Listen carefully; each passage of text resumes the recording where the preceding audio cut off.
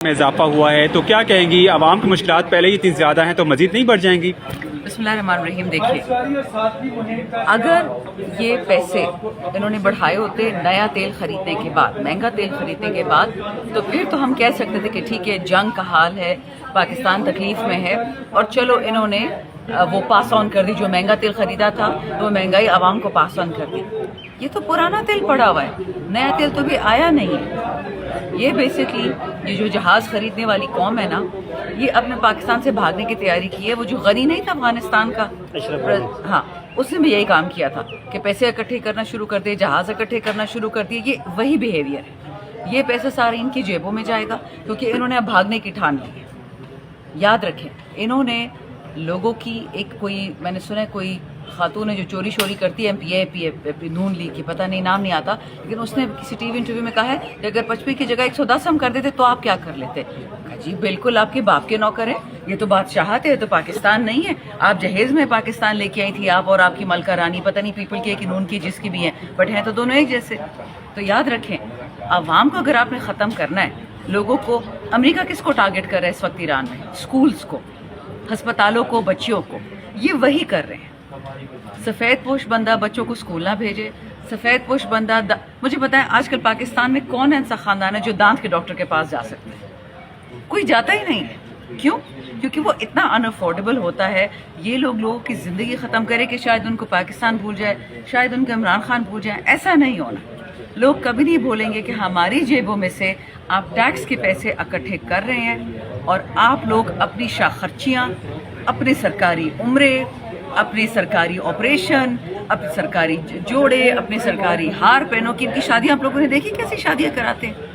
کروڑ روپے کے لوگ ہار پہنتے ہیں، 20 25 30 لاکھ کا ایک جوڑا پہنتے ہیں، اور عوام کی حالت دیکھیے. تو معذرت کے ساتھ اگر کوئی یہ جھوٹ بولے گا کہ حکومت مجبور ہے، بالکل ہم سلام کرتے ہیں آپ کی مجبوری کو. استعفیٰ دے دو اور جس بندے الیکشن جیتا ہے اس کو حکومت دے دو. دیکھو کیسے پاکستان کو ٹھیک کرتا ہے. کرونا تھا، دنیا میں تباہی پھر گئی تھی. یہ سیلانی کا ٹرسٹ لوگوں کو فری کھانا کھلا رہا ہوتا تھا. عمران خان نے غریبوں کے لیے کیا کہتے ہیں، لنگر خانے کھولے ہوئے تھے، لوگوں کے لیے پناہ گاہیں کھولی ہوئی تھی. یہی کووڈ تھا، یہی تباہی تھی.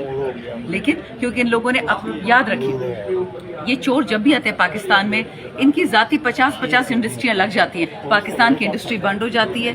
اور میں انہی انڈسٹری والوں کو کہتی ہوں کہ اللہ آپ سے بھی پوچھے. آپ لوگ باجوہ کے پاس جا کے بیٹھے اور آپ نے کہا کہ جی عمران خان نے بول دیا ہے ایبسولوٹلی ناٹ، ہماری تو 30% بزنس سعودی سے ہے، یعنی گلف سے، جی سی سی سے، 30% بزنس امریکہ سے، 30% یورپ سے. یہ مروا دے گا بندہ، اس کو فارغ کرو. آپ ہی لوگ، ایپٹما والے، آپ ہی لوگ، سوارے چیمبرز والے جا کے گئے تھے، باجوہ کے ساتھ بیٹھے تھے. اب دیکھیں، گجرےوالا کا بزنس تباہ، فیصل آباد کا تباہ، سیالکوٹ کا تباہ، جی ٹی روڈ کا بزنس تباہ، کراچی کا تباہ. آپ نے خود اپنے پیروں پہ کلہاڑی ماری تھی. آپ کا کام کیا تھا کہ آپ جنرل باجوہ کے ساتھ بیٹھے تھے؟ اب رو رہے ہیں.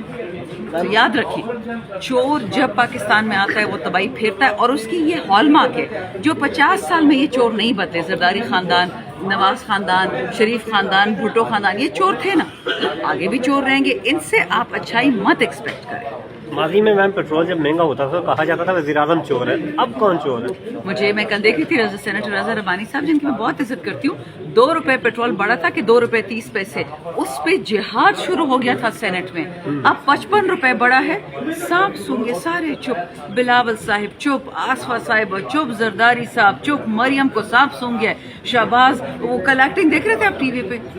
میری بات سنیں، وہ تو کہہ رہے پیٹ پہ پتھر باندھ دیا. پاکستان میں جب پہلا بجٹ جب پاکستان آزاد ہوا 1947 میں، جب 48 میں آپ کا پہلا بجٹ تھا، پاکستان کے جو شاہی خاندان تھے انہوں نے اپنی جولری بیچ دی، اپنے گھر بیچ دیے، اپنی گاڑیاں بیچ دی، پاکستان کا بجٹ پورا کیا. مریم تو کہتی ہیں بہت رئیس خاندان ہے، اپنے ساری انڈسٹریاں بیچ دو، پاکستان کو سپورٹ کرو.